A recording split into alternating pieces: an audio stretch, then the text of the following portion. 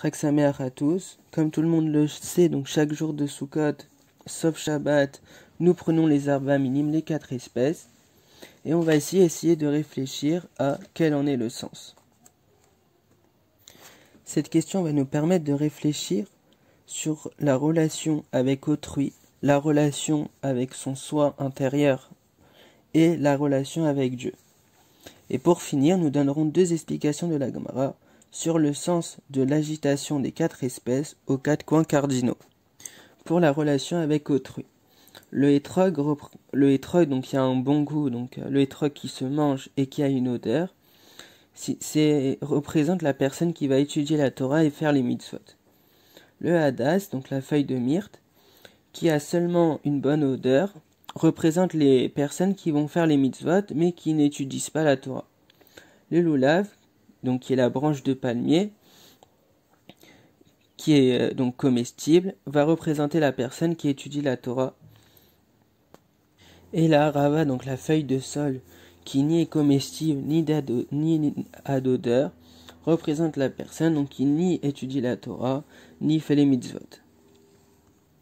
Lorsqu'on attache donc les 4 espèces, cela représente l'unité du peuple juif. Et d'ailleurs, si l'un manque, si une des 4 espèces manque, la mitzvah n'est pas faite. Le message est alors ici que celui qui est en meilleure position spirituelle doit se rapprocher de celui qui n'est pas encore à son niveau pour l'influencer dans le bon sens. Et on voit aussi que chacun est important, car si l'un manque, alors la mitzvah n'est pas faite.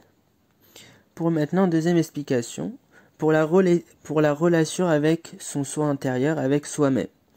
Le hétrog va ici représenter le cœur où siègent les émotions. Les hadas, donc les feuilles, rappellent les yeux. Le lulav qui représente la colonne vertébrale et la harava représente les lèvres, la parole. Les 4 espèces qui sont agitées ensemble, qu'est-ce que cela signifie? Que nous devons utiliser toutes nos facultés à l'unisson pour atteindre donc ce bonheur, cette perfection. On doit unifier nos sentiments, nos actions, nos discours, notre aspect extérieur dans une certaine cohérence pour ressentir la joie, la sérénité et la tranquillité. Enfin, pour la 3e explication qui est la relation avec Dieu, les 4 espèces vont représenter les 4 lettres du tétragramme, donc de Dieu. Ici, la clé réside dans le concept d'unité que nous invoquons chaque jour dans le schéma Israël, afin de nous permettre de comprendre que quelles que soient les choses qui arrivent, qu'elles soient bonnes ou mauvaises, tout cela est fait pour nous faire grandir. Et en être conscient, cela nous permet de garder en tout nos buts dans la vie et de mener à bien afin de retrouver et d'apporter de la joie dans le monde. Enfin, nous allons réfléchir donc sur les 2 explications de la Gemara sur le sens de l'agitation des 4 espèces dans les 4 coins cardinaux. Donc dans le Talmud Souka, page 37b, Rabbi Yochanan nous dit « On agite devant et derrière pour Dieu auquel appartiennent les 4 vents, et en haut et en bas pour Dieu à qui appartiennent le ciel et la terre. »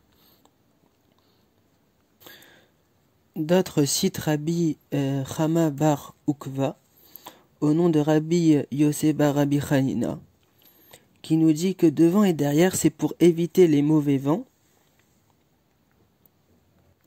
et en haut et en bas, c'est pour éviter les précipitations. Cela nous permet donc d'empêcher les mauvais décrets au niveau de la parnassa, parce qu'un mauvais vent peut apporter la sécheresse, ou bien des fortes pluies peut apporter des inondations. Donc on voit que c'est aussi au niveau climatique qui est donc un grand sujet et grand débat aujourd'hui. Donc n'oubliez pas d'agiter les 4 espèces. Chag Sameach à tous, plein de bonnes choses.